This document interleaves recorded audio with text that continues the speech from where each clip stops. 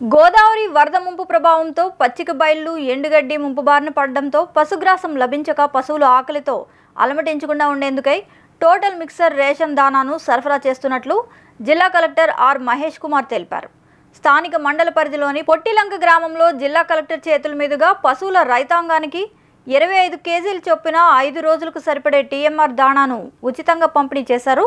ఈ సందర్భంగా ఆయన మాట్లాడుతూ వరదల కారణంగా పశుగ్రాస కొరతను ప్రభుత్వం గుర్తించి టీఎంఆర్ సరఫరాకై చర్యలు చేపట్టిందని, దీనిలో భాగంగా ఐనవిల్లి మండలంలోని పశువుల కొరకు 32 టన్నుల దానా పశువర్ధక శాఖ ద్వారా ఉచితంగా సరఫరా చేస్తున్నట్లు తెలిపారు.